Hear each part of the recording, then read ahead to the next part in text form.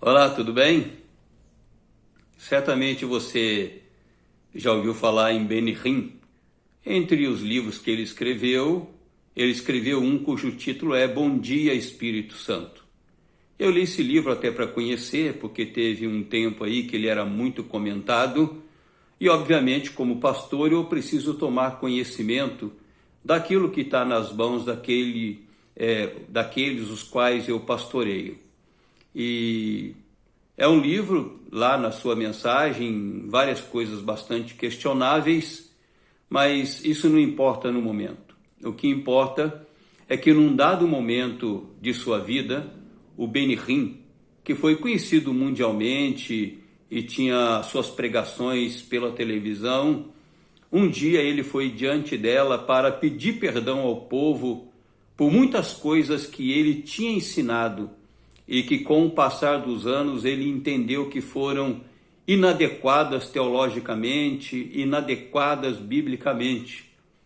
Achei muito interessante atitude de muita humildade e atitude de muita hombridade, ele chegar diante do público e confessar que algumas coisas que ele tinha ensinado não se encaixavam perfeitamente dentro da visão bíblica e teológica.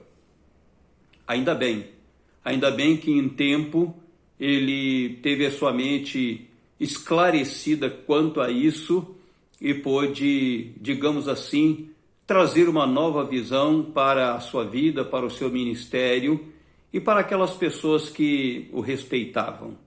Nós podemos dizer da mesma forma em relação a Salomão.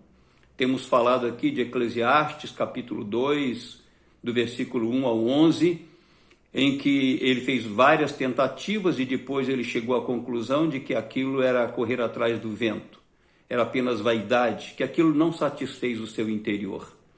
Vimos que ele disse que era para nós buscarmos a Deus, mesmo enquanto nós ainda éramos ou somos jovens.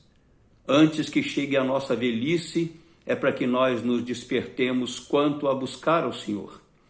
Hoje eu quero compartilhar com você uma mensagem que ele registrou também no livro de Eclesiastes, capítulo 10, versículo 9, que também demonstra o seu momento de lucidez, ou seja, daquele momento de instabilidade nas suas concepções, nas suas visões espirituais, mas que depois ele, retomando a sua lucidez, ele passou a ensinar coisas interessantes e dentre elas está o conteúdo deste versículo que diz assim: alegra-te, jovem, na tua juventude e recreie-se o teu coração nos dias da tua mocidade.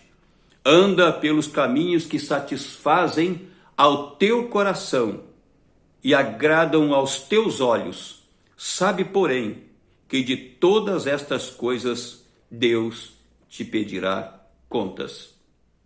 Portanto, neste momento de lucidez, ele está estimulando este jovem a buscar o Senhor, mas também viver uma vida de alegria neste mundo, buscar as coisas agradáveis aos olhos, aos corações, ou aos seus corações, mas que eles deveriam ter um parâmetro, algo que governasse tudo aquilo quanto eles pudessem ver, buscar e desfrutar.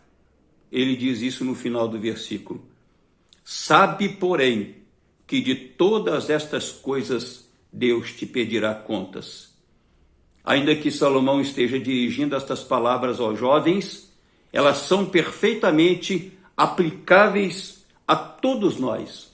Nós devemos viver tudo aquilo quanto nós podemos buscar com uma alegria, com satisfação no nosso coração.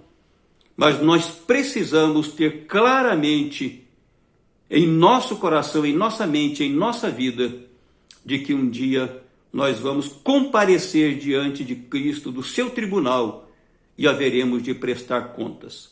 Veja o que diz o apóstolo Paulo em 2 Coríntios, capítulo 5, versículo 10. Porque importa que todos nós compareçamos perante o tribunal de Cristo, para que cada um receba segundo o bem ou mal que tiver feito por meio do corpo, ou seja, enquanto esteve vivo sobre a face da terra. Vivamos plenamente tudo quanto podemos viver nesta terra, que Deus nos permite, que Deus nos dá.